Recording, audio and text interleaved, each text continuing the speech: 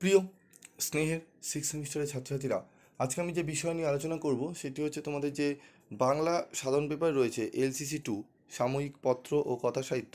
এই পেপার থেকে আজকে তোমাদের আমি গুরুত্বপূর্ণ প্রশ্নগুলো নিয়ে আলোচনা করব। তো এই পেপারটি তোমাদের কম্পালসারি পেপার, যারা বিএ নিয়ে পড়ছো জেনারেলে তাদের প্রত্যেকের রয়েছে এই সাবজেক্টটি LCC 2। ঠিক আছে, এই পেপার থেকে আমি তোমাদের আজকে মডুল 1 থেকে কি কি প্রশ্ন পড়লে তোমরা 10 এবং 5 নম্বরের প্রশ্ন কমন পেয়ে যাবে সেই প্রশ্নগুলো নিয়ে আলোচনা করব। তোমাদের 3টে মডুলে ভাগ করা রয়েছে সিলেবাসটি। 3টে মডুল থেকে তোমাদের 10 নম্বরে 3টে প্রশ্ন এবং 5 নম্বরে তোমাদের 4টে প্রশ্ন আসবে এবং 1 নম্বরে 15টি প্রশ্ন তোমাদের আসবে। ঠিক আছে, তো 1 নম্বরে অলরেডি আমি তোমাদের দিয়ে দিয়েছি। তোমাদের আমি মডুল 1, 2, 3 থেকে গুরুত্বপূর্ণ ছোট প্রশ্ন এবং উত্তর সহ আলোচনা করে দেবো। তো চলো আজকে আমি মডুল 1 থেকে যে 10 নম্বরের এবং 5 নম্বরের প্রশ্নগুলো স্টার মার্ক রেখেছি সেগুলো তোমাদের একটু আলোচনা করে দিই।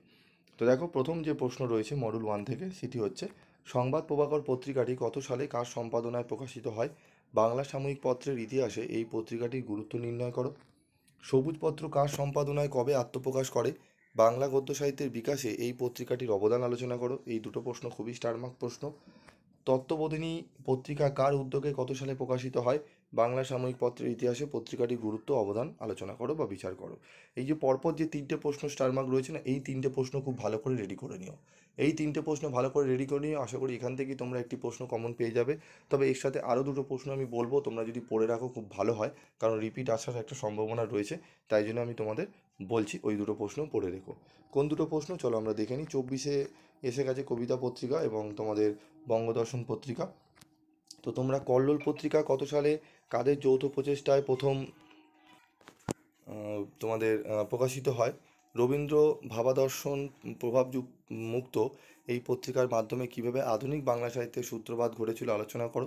এই প্রশ্নটি খুব ভালো করে পড়ে নেবে। ঠিক আছে, এটি 2023-এ এসেছিলো এবং তার সাথে পড়বে বাংলা সাময়িক পত্রের উদ্ভব ও বিকাশে দিগদর্শন পত্রিকাটির ভূমিকা আলোচনা করো। এই 7-এর প্রশ্ন এবং 8-এর প্রশ্ন পড়বে এবং প্রথমের যে 1, 2, 3 রয়েছে এই 3টে প্রশ্ন, টোটাল এখান থেকে 5টা প্রশ্ন যদি পড়ে নিতে পারো না, এই 5টা প্রশ্ন পড়ে নিলে এর বাইরে আর কোনো প্রশ্ন তোমাদের পড়তে লাগবে না।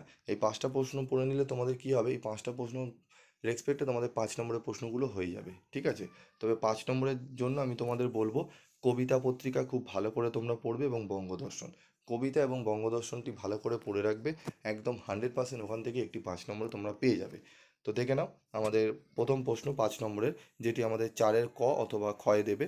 বাংলা সাহিত্যের বিকাশে বঙ্গদর্শন পত্রিকার গুরুত্ব বিচার করো, এই প্রশ্নটি।